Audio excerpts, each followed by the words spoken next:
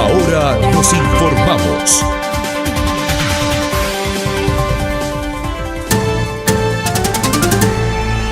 La primera feria latinoamericana en City University of Seattle. Le comento que aquí encontraremos gente de varias nacionalidades y de diferentes ámbitos sociales. Le comento el tema de hoy, entre otros que vamos a estar aquí cubriendo el equipo de Más TV. Se presenta un panel especial de expertos donde se discutirá el tema del trabajo, la influencia del poeta Octavio Paz. Cabe comentar que en este panel estará integrado por el doctor Alberto Vital, director del Instituto de Investigaciones Filológicas de la UNAM. También estará presente en esta conferencia el señor cónsul de México en Seattle, Eduardo Vaca Cuenca. Y sin más preámbulo, nosotros vamos hacia la sala de conferencias que ahorita ya se está llevando a cabo, referida al poeta Octavio Paz. Para la modernidad es muy importante la crítica. Octavio Paz definió la modernidad como la edad de la crítica. Obviamente con un tipo de discurso tan optimista, aunque sea profundamente crítico, se puede crear, se tiene la base, el cimiento para crear una obra tan amplia como la suya. Cuando se tiene una filosofía o una fundamentación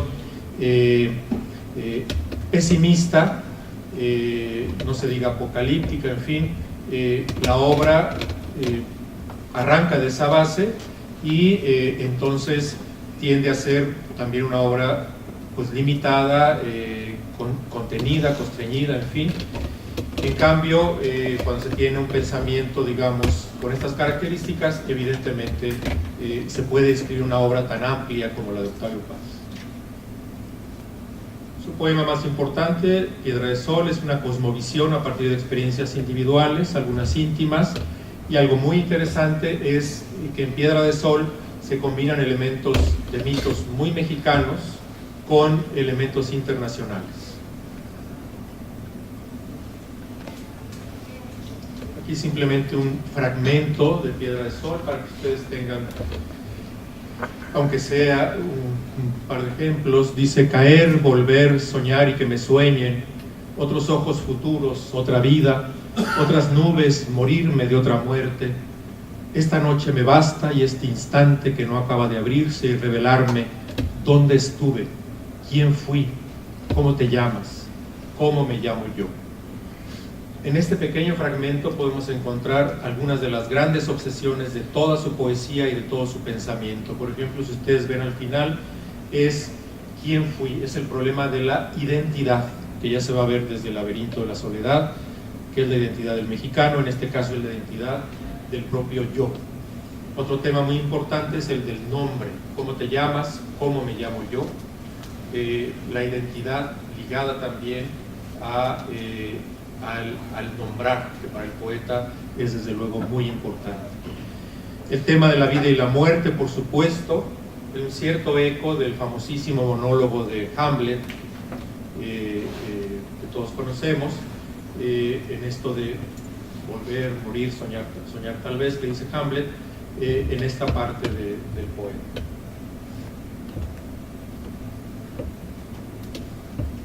Piedra de Sol formó parte, se incluyó en la edición final de Libertad bajo palabra, y podríamos hacer un análisis simplemente de las tres palabras de este título, que es el más importante de toda su obra poética, de los tres conceptos: la idea de libertad, que ya mencioné muy rápidamente, la noción de palabra.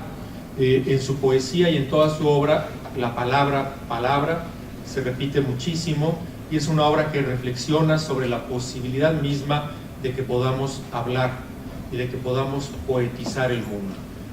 Y la palabra bajo y el concepto de bajo palabra, que tiene una cierta connotación legal, también tiene que ver con una visión del mundo en que la palabra puede guiar, conducir todos los elementos, incluida la libertad.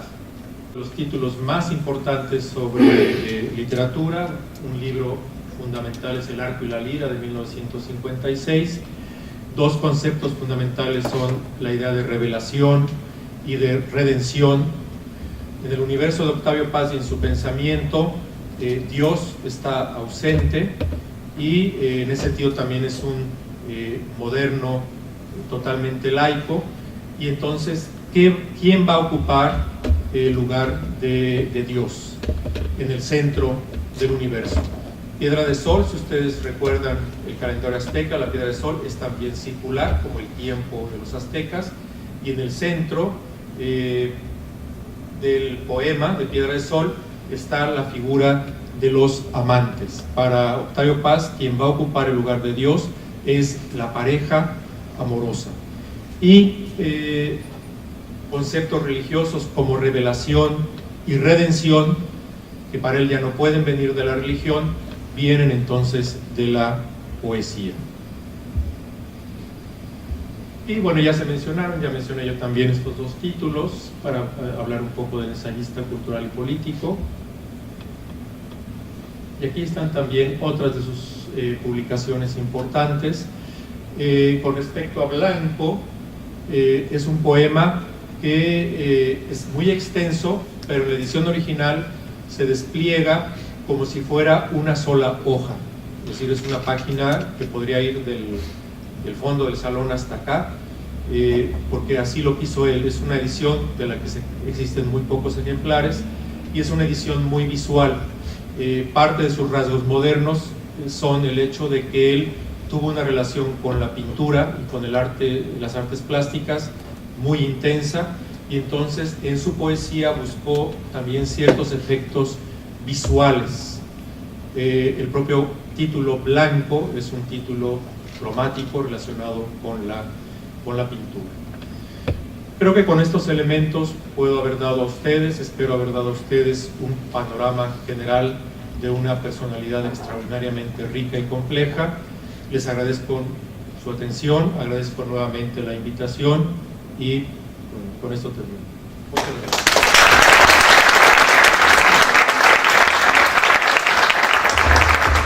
Pues creo que aquí hay un nicho para el trabajo que el Centro de Estudios Mexicanos puede hacer en esta parte de los Estados Unidos, que es, además, siendo la UNAM, ¿no? La máxima casa de estudios. Creo que tener unos seminarios sobre la obra de Octavio Paz creo que sería una aportación importante, ¿no? La otra cosa es las traducciones que hay, porque también la otra cosa es, pues, sí a nuestros connacionales, efectivamente, pero también no olvidemos que muchos de ellos, tal vez ya nacidos aquí, leen mucho mejor en inglés. Entonces están las traducciones, y ese es el primer paso, yo diría, para acercarse desde acá a la obra de Paz. A mí me pasó un poco con la obra de García Márquez. Yo estudiaba la preparatoria acá, y mi primer acercamiento a García Márquez fue en inglés. Pero bueno, así es, y ya después puedes dar el siguiente paso. El doctor Alberto Vital, director del Instituto de Investigaciones Filológicas de la Universidad Nacional Autónoma de México. Doctor, ¿cuál fue la impresión de hoy que tomó aquí en el público que nos visitó aquí en la Universidad de Seattle? Quedé encantado, muy contento de que haya tanta gente, de que haya habido tanto interés por escuchar sobre un gran poeta mexicano, Octavio Paz. Fue muy estimulante.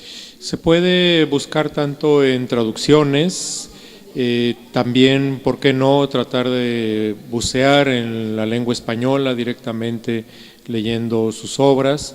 Hoy en día, incluso por la red, se encuentran algunos de sus poemas, aunque siempre es bueno acercarse a los libros de papel para tenerlos y poderlos disfrutar en el propio papel. La poesía es algo que todos tenemos, que todos necesitamos, por eso escuchamos letras de canciones.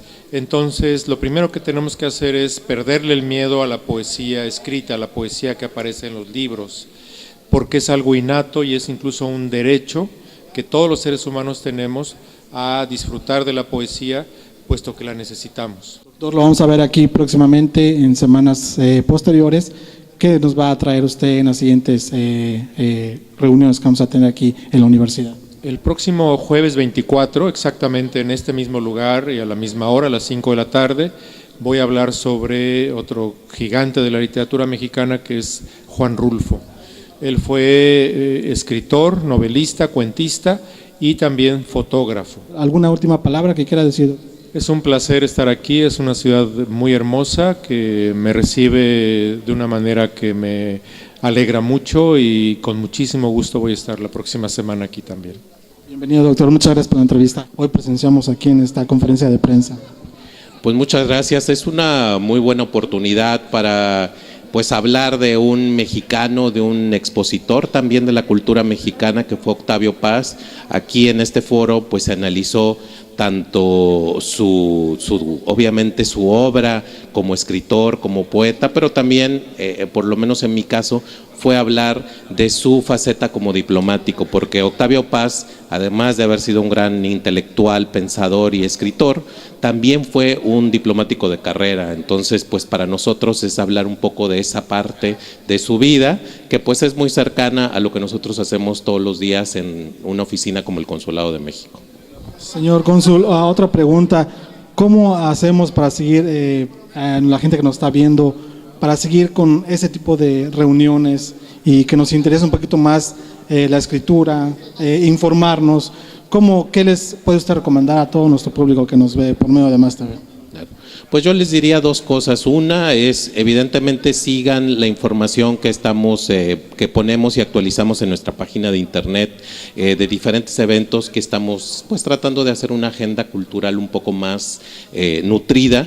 Entonces ahí, y la otra es, pues acérquense también a través de internet. Hay ahora pues mucha acceso a la literatura que ya está en internet, entonces no necesariamente hay que comprar los libros o traerlos de otro lugar, sino ya están disponibles en internet, y creo que esa es una gran herramienta que ahora se tiene, que cuando en mis épocas de joven pues realmente no había, o uno iba al país y compraba el libro y ahora lo puedes comprar por Amazon, en fin, por diferentes. Entonces yo diría eso, además de las expresiones culturales, digamos, de otro tipo que sí esperamos traer más a Seattle y a este estado, y pues evidentemente ahí estaremos en comunicación con medios como ustedes para que nos ayuden a difundir la información cuando tengamos eventos. Exclusiva para mexicanos, señor cónsul. Exclusiva para mexicanos. De hecho tenemos muchos servicios en el consulado, que evidentemente hay una parte que son de documentación que son para mexicanos, pero tenemos una ventanilla, por ejemplo, de salud y de información que es para todos los de habla hispana. Entonces, información sobre alimentación, sobre problemas de salud, referencias a servicios médicos de bajo costo, educación financiera. Tenemos diferentes programas. Entonces, por favor, acérquense al consulado. Aquí para eso no se requiere cita, para otras cosas sí, pero para eso no se requiere. Y no hay distinción de idioma, inglés, español. Exactamente, pues prácticamente todos en el consulado son bilingües, entonces no se sientan que eso va a ser un obstáculo. Bueno, pues ya escucharon al señor cónsul y pues nosotros seguimos aquí en Más TV. Le damos las gracias por invitarnos a esa sesión y pues alguna otra cosa que quiera decir, señor cónsul. No, pues nada más agradecerles, qué bueno que están con nosotros y que también nos ayudan a difundir estos eventos. De eso se trata, de que lleguemos a más gente y ojalá que en futuros eventos tengamos todavía más público y eso será pues muestra de que efectivamente estamos haciendo algo que está teniendo resonancia en nuestra comunidad. Pues muchas gracias, lo acaba de decir el señor cónsul. Nosotros nos despedimos y seguimos con más aquí en Más TV. Muchas gracias. Muy buenas tardes, estamos aquí con Antonio Esqueda, que organizó la Feria Latinoamericana. ¿Y con qué fin, Antonio? Pues muchas gracias por venir. El propósito de la Feria Latinoamericana aquí en City University of Seattle fue primero para dar a conocer la universidad a la comunidad latina. Mi rector, Richard Carter, viene de San Diego. Tiene un año ya en la rectoría y él cuando llegó aquí se dio cuenta que no tenemos muchos estudiantes latinos inscritos en la universidad, aunque nuestra colegiatura es muy equivalente a la Universidad de Washington, que es una universidad pública. Nosotros somos una universidad privada sin fines de lucro. lucro. Y él decía, ¿por qué no hay tantos estudiantes latinos viniendo de Baja California? Teniendo aquí, tenemos programas en México, que tenemos más de 400 alumnos en México estudiando nuestros programas, y aquí en Seattle tenemos a 141 este verano. Le dije que porque capacitamos a nuestros estudiantes, como vienen maestros de México, ¿y por qué no dar charlas a la comunidad en español? Porque a muchas universidades sí hacen eventos latinos, pero se hacen en inglés, y conociendo mucho a la comunidad latina aquí, no conocen muy bien el inglés. O son totalmente bilingües, pero queríamos honrar a la cultura latina, y una de las cosas que nos une a la cultura es el lenguaje. Por eso fue uno de los objetivos. El segundo es también para celebrar a nuestros estudiantes, 141 estudiantes aquí en Seattle. Tenemos a 60 de México que están estudiando en Praga también en este momento. Estamos celebrando todo esto, y otra vez queremos que todos los eventos sean en español. Ofrecemos programas totalmente en inglés en 11 países. Aquí en Estados Unidos ofrecemos los programas en Canadá, en México, en China, en Vietnam, en Australia, en Suiza, en Rumania, Bulgaria, la República Checa, Eslovaquia y Grecia. En todas las localidades un estudiante puede viajar de un lugar a otro y terminar un grado acreditado aquí en Estados Unidos. Antonio, ¿qué es lo que continúa con los proyectos que tienes aquí en la universidad? Vienen otros proyectos para la comunidad latina. Uno de ellos son en septiembre para las fiestas patrias, otros para el noviembre para Día de los Muertos. Tendremos otros eventos durante el año. Todavía estoy mirando cuando estoy yo aquí, cuando no, porque todavía tengo que viajar. Muy bien, Antonio, muchas gracias por la invitación que nos dices aquí en Más TV Seattle. Es todo un orgullo estar aquí con todos ustedes, con muchas celebridades que vimos hoy, tanto del mundo de la política como estudiantes, y no solamente mexicanos, sino de todos los países. Correcto, y también vinieron estudiantes de otras universidades, como vinieron de University of Washington, de Cornish, de Seattle University, vinieron para estos proyectos. Y es parte al fin y al cabo, somos una institución de aprendizaje.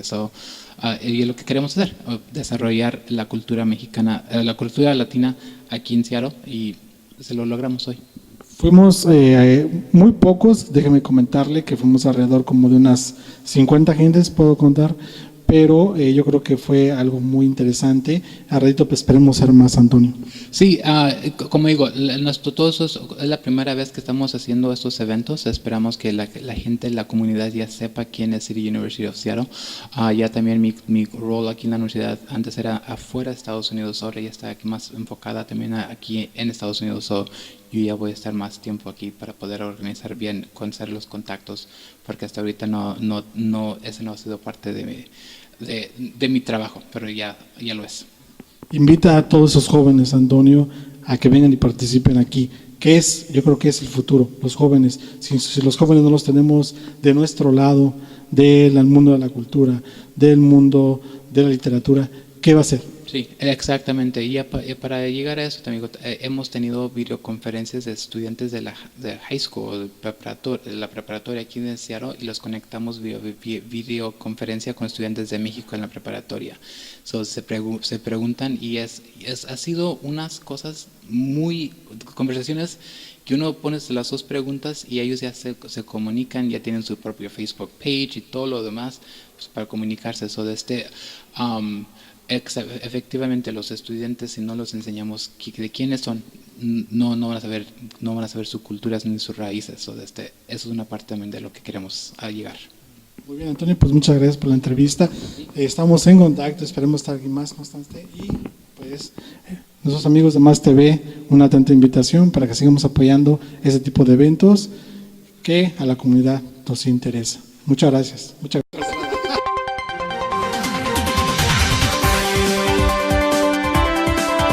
Ahora nos informamos.